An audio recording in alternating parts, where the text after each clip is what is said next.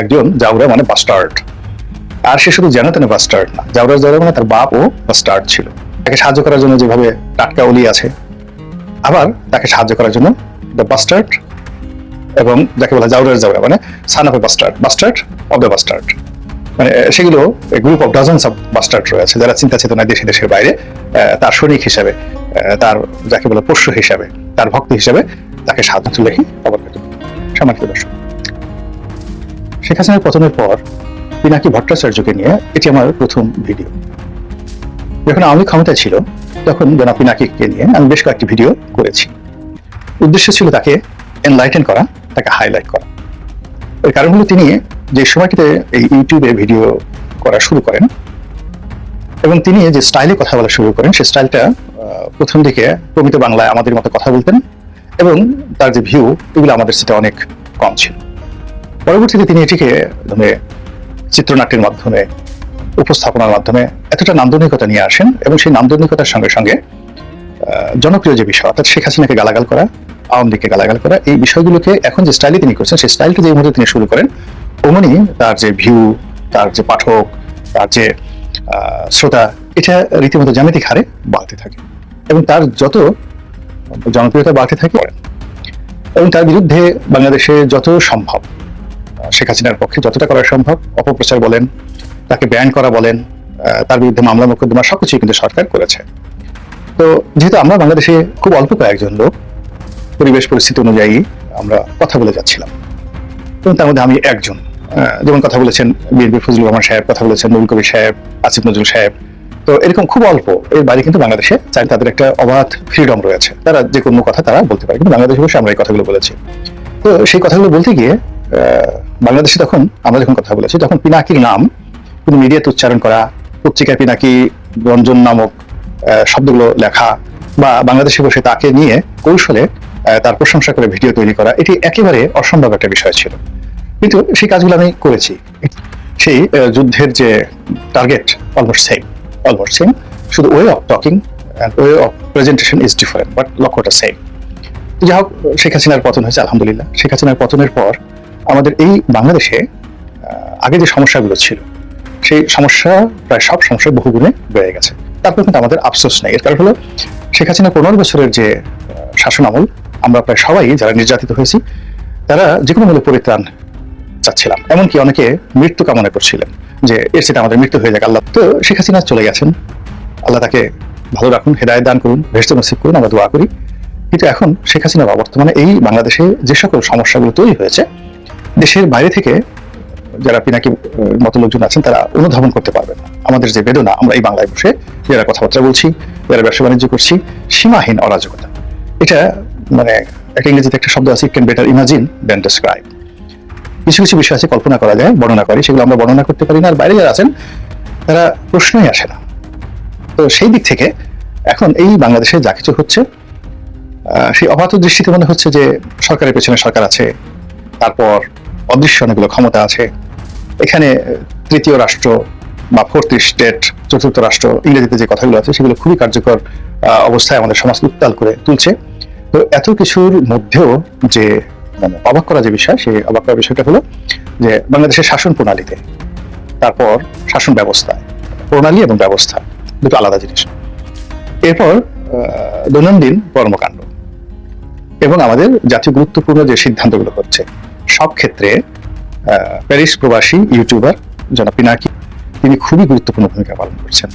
আমি যেটা শিরোনামে ব্যবহার করছি সেটি হলো যে তিনি এখন বাংলার খমেনি। আয়াতুল্লাহ খমেনি একসময় প্যারিসে ছিলেন এবং সেখানে থেকে তিনি পুরো যাকে বলা হয় ইরানের রাজনীতি নিয়ন্ত্রণ করেছেন এবং তার কথা মতো সবকিছু চলেছে। এবং একটা সময় তিনি প্লেনে করে এসে অলানে ছাড়েন, কাউকে না জানিয়ে অলানে ছাড়েন, উপস্থিত হয়েই তিনি বিপ্লবের নেতৃত্ব দিয়েছেন।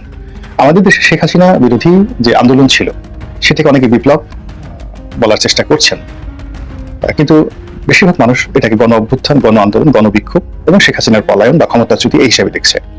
কিন্তু সত্যিকার অর্থে এখন যে অরাজকতা চলছে, এই অরাজকতা আমার সিক্স সেন্স বলছে অন্তত 5 থেকে 10 বছর চলবে। আর এই অরাজক সংগ্রাম করছি, এটাই হবে একটা বিপ্লব, দ্বিতীয় বিপ্লব হবে, তৃতীয় বিপ্লব হবে এবং সেই বিপ্লবটা চলছে। এখন সেই বিপ্লবের বিভিন্ন অ্যাঙ্গেল রয়েছে। বিএনপি একভাবে বিপ্লব করার চেষ্টা করছে, জামাত করার চেষ্টা করছে, তারপর হেফাজত করার চেষ্টা করছে যে যার মতো অন্তত 20টি অ্যাঙ্গেল থেকে। সেই রাষ্ট্রীয় কর্মকর্তারা, সেনাবাহিনীরা সবাই কিন্তু যে যার অবস্থা থেকে আইন শৃঙ্খলাকে ফিরিয়ে এনে দেশকে একটি স্থিতিশীল অবস্থায় নিয়ে যাওয়ার জন্য যে যার মতো করে চেষ্টা করছেন এবং একে অপরের স্বার্থ যাকে বলা হয় এখানে নিয়ে পরস্পরের সাথে দ্বন্দ্ব এবং সংঘাত এবং একে অপরের বিরুদ্ধে খিস্তিকেওর হচ্ছে। অবাক করার ব্যাপার হলো যে এখানে ডক্টর মোহাম্মদ ইউনূসের পর পুলিশের নেতৃত্বে যা কিছু হচ্ছে, আমি সেনাবাহিনীর কথাটা বাদ দিলাম স্পর্শকাতর, বা বিচার বিভাগের কথাটাও বাদ দিলাম স্পর্শকাতর, বা সচিবালয়ে যা কিছু হচ্ছে, এই সকল পক্ষের চাইতে, এমনকি বিএনপি জামাতের চাইতেও এই মুহূর্তে পিনাকি ভট্টাচার্যের যে প্রভাব প্রতিপত্তি এটি সবচেয়ে বেশি, আপনি স্বীকার করেন বা না করেন। এখন এটা মন্দ হতে পারে, ভালো হতে পারে, এটা আগামীতে পিনাকির সফলতার উপর নির্ভর করবে যে তিনি আসলে নায়ক না খলনায়ক। তিনি কি আয়াতুল্লাহ খমেনি হিসেবে বাংলাদেশে অমর হয়ে থাকবেন, নাকি সালমান রুশদি হিসাবে বাংলাদেশে নিন্দিত হবেন, এটি আগামী দিন পরে। তিনি যদি বিজয়ী হন তাহলে ইতিহাস তিনি রচনা করবেন, কিন্তু ইতিমধ্যে তিনি যে কাজগুলো করে চলেছেন সেই কাজগুলো ভীষণ রকম ম্যাটিকুলাস। তিনি যেভাবে 32 নম্বর ভেঙেছেন এবং একদম লাইভে থেকে বসে যেভাবে হুকুম দিয়ে প্রতিটি ঘটনা তদারক করে টেলিফোনে ইনস্ট্রাকশন দিয়ে এটা করো ওটা করো ওটা করো, এরকম প্রকাশ্য গত 100 বছরে, আমি 100 বছরে গেলাম না, মানে এই টেকনোলজি চালু হওয়ার পর এরকম কোনো অপারেশন, 32 ভাঙার যে অপারেশন যেটা আমি দেখেছি, এরকম কোনো অপারেশন আমি, কোনো মিলিটারি অপারেশন আমি দেখিনি। লাদেনকে হত্যা করা হলো ওই সময়টিতে বারাক ওবামার দৃশ্য আমরা দেখেছি, অর্থাৎ ওই অভিযান পরিচালনা করা হচ্ছে, তিনি জয়েন্ট চিফ অফ স্টাফের চেয়ারম্যান তাকে নিয়ে বসে আছেন, প্রতিরক্ষা মন্ত্রীকে নিয়ে বসে আছেন, তিনি নিজে বসে আছেন, মিলিটারি বিশেষজ্ঞরা বসে আছেন এবং অপারেশন চলছে। তো সেটার সঙ্গে যদি 32 নম্বর ভাঙার যে অপারেশন পিনাকি করেছেন ওটাকে তুলনা করি তাহলে দেখা যাবে যে বারাক ওবামার চাইতেও তিনি মূলত এই অপারেশনটা আরো অ্যাক্টিভলি করেছেন। এর কারণ হলো বারাক ওবামা রাষ্ট্রীয় ক্ষমতায় বসে তিনি কমান্ড পরিচালনা করেছেন, আর পিনাকি তার যারা সমর্থক, ভক্ত, ছোট ভাই ব্রাদার তাদেরকে দিয়ে তিনি এই কর্মটি করিয়েছেন। 2 নম্বর হলো তিনি ঝুঁকি নিয়েছেন, তিনি শুধু বসে বসে দেখেননি, তিনি কমান্ড দিয়েছেন, ফলে ওই ঘটনার পুরো দায় দায়িত্ব তার। এবং আগামীতে তিনি যদি সফল হন তাহলে এটি তাকে অমরত্ব দেবে, আর ব্যর্থ হলে বুঝতেই পারেন যে তার সকল দায় দায়িত্ব তাকে, তার পরিবারকে, পরিজনকে, আত্মীয় স্বজনকে, বন্ধু বান্ধব, ছোট ভাই ব্রাদার যারা যারা আছে সবাইকে সেটা ভোগ করতে হবে। তো এইভাবে পিনাকি যে কাজটা আছে সেটা হলো যে তিনি প্রথম আলোর সামনে জিয়াফত করে প্রথম আলোকে একটা শিক্ষা দিয়েছেন। এরপরে আর অনেক কর্মকাণ্ড, এখন প্রশাসনে পিনাকির নাম শুনে অনেক কাজ হয়ে যায়। যেমন তিনি নিজেই বললেন যে ধানমন্ডিতে এক জায়গাতে ডাকাত পড়ে প্যারিস থেকে পুলিশকে টেলিফোন করে তিনি সেখানে পুলিশ পাঠিয়েছে। তো এরকম ছোট ছোট কাজ থেকে শুরু করে অনেক বড় বড় কাজ হচ্ছে। তার সঙ্গে সঙ্গে পিনাকির নাম ব্যবহার করে অনেকে বদনাম করার চেষ্টা করছে, ঘুষ আদায় করার চেষ্টা করছে, দুর্নীতি করার চেষ্টা করছে, এবং এটা নিয়েও পিনাকি কিন্তু বিভিন্ন কথাবার্তা বলেছে। কিন্তু পিনাকি যে কাজটি সবচেয়ে বেশি মানে বিপ্লবাত্মক করছেন খমেনির মতো, খমেনির শিয়াইজম এবং তার এন্টি আমেরিকান যে স্লোগান, ওটি এখনো পর্যন্ত কিন্তু যাকে বলা হয় একটা মাইলস্টোন হিসেবে, রোল মডেল হিসেবে পুরো ইরান খেয়ে পিনাকি অনেকগুলো মানুষকে উলঙ্গ করে দিয়েছেন। তার কাঁঠাল রানী, তারপরে তার জয় বাংলা, এই ইত্যাদি যে কথাগুলো, এই কথাগুলো রীতিমতো প্রাতিষ্ঠানিক রূপ পেয়েছে। আবার তিনি যে সকল গালাগাল করেন, যেমন জাউরা মানে আপনারা তো জানেন যে জারজ, যাকে জারজ বলা হয়, সেটার আঞ্চলিক শব্দ জাউরা। তো জাউরা মানে তিনি যাকে গালি দিচ্ছেন, এটার বক্তব্য হলো যে সে একজন জাউরা মানে বাস্টার্ড, আর সে শুধু যেন তেন বাস্টার্ড না, জাউরা মানে তার বাপ ও বাস্টার্ড। জাউরা বলে যে ট্যাগ গুলো দেওয়ার চেষ্টা করছেন, সেই মানুষগুলো কিন্তু অনেকেই ইতিমধ্যে আহত বা নিহত হয়ে গেছেন সামাজিকভাবে। This is the fact. এখন আগামীতে সেই লোকগুলো ফিরে আসার রাজনীতিতে কতটুকু সম্ভাবনা আছে বা না আছে সেটা পরে দেখা যাবে, কিন্তু তিনি যাদেরকে গালাগাল দিয়েছেন এবং যাদেরকে এভাবে উলঙ্গ করেছেন সেটা কিন্তু একটা রীতিমতো বিপ্লব হয়ে গেছে। 2 নম্বর হলো যে তিনি শেখ হাসিনা নিচে কাউকে নিয়ে ভিডিও করেননি, কখনো ভিডিও করেননি। অন্যদেরকে গালি দিয়েছেন, তার ভিডিওর যে ট্রেন্ড এবং টপিক এটা সবসময় শেখ হাসিনা কেন্দ্রিক ছিল। আর এখন তিনি ভিডিও করছেন ডক্টর মোহাম্মদ ইউনূসকে নিয়ে, অথবা জেনারেল ওয়াকারুজ্জামানকে নিয়ে, অথবা আওয়ামী লীগকে নিয়ে, অথবা শেখ হাসিনাকে নিয়ে। এর বাইরে তিনি যাচ্ছেন না।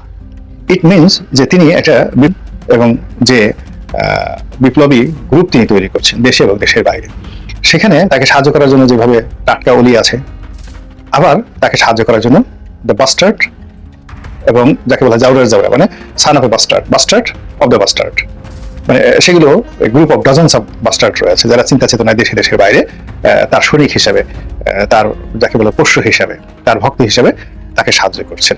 তো কাজেই তিনি ম্যাটিকুলাস, যেখানে তার হুজুর দরকার সেখানে হুজুর বলছেন, যেখানে তার বাস্টার্ড দরকার বাস্টার্ড বলছেন, যেখানে তার পিচ্চি হেলাল দরকার বেশ কথার কথা বললাম, যেখানে তার সন্ত্রাসী দরকার, যেখানে তার ছোট রাজন দরকার, দাউদ ইব্রাহিম দরকার, প্রায় সব ক্ষেত্রে